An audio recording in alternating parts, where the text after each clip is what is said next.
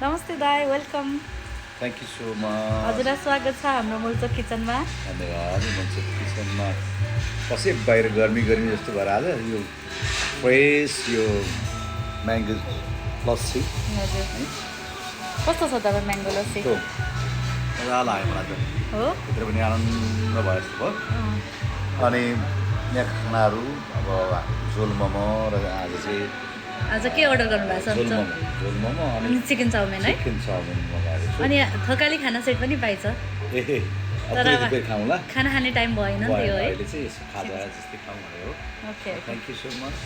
खाना पनि आउँछ नि कस्तो भयो भन्नु होला है त। नमस्ते, यतिखेर हामी चाहिँ मुल्चोक किचनमा छौँ अनि हामी चाहिँ हाम्रो वरिष्ठ यम दादासँग छौँ होइन। उहाँलाई चाहिँ यहाँको झोल मोमो कस्तो हुँदो रहेछ भनेर टेस्ट गर्न गइराख्नु भएको छ।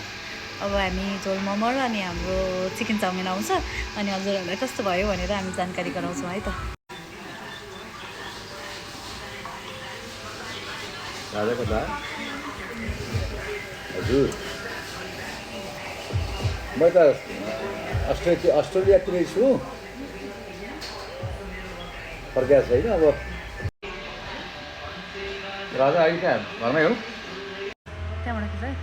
ल अहिले चाहिँ चिकन चाउमिन आइपुगेको छ अब हामी सेवन गर्ने काम गर्दैछौँ।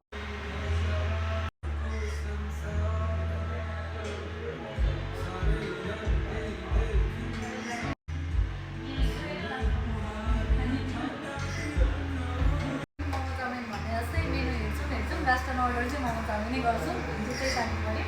हजुरहरू चाहिँ के गर्नु भयो हामीलाई फोन गर्नु होला। तर कस्तो लाग्यो? मिठो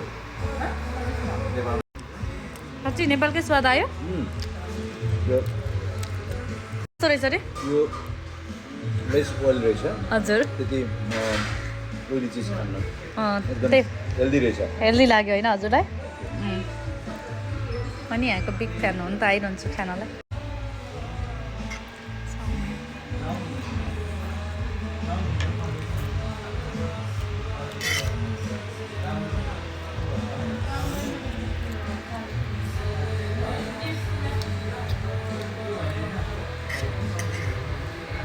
वाउ मिठो। अब हामी झोल मोमो पनि ट्राई गर्छौँ है त। एकछिन हामी हजुर नमस्ते दादा, कस्तो छ त चाउमिन?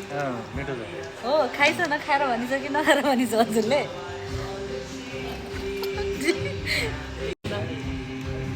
मिठो छ चाउमिन। मोमो मोमो झोल मोमो नै आयो हजुर? कस्तो छ? बबाल छ मिठो भएर गइरहेको छ। मिठो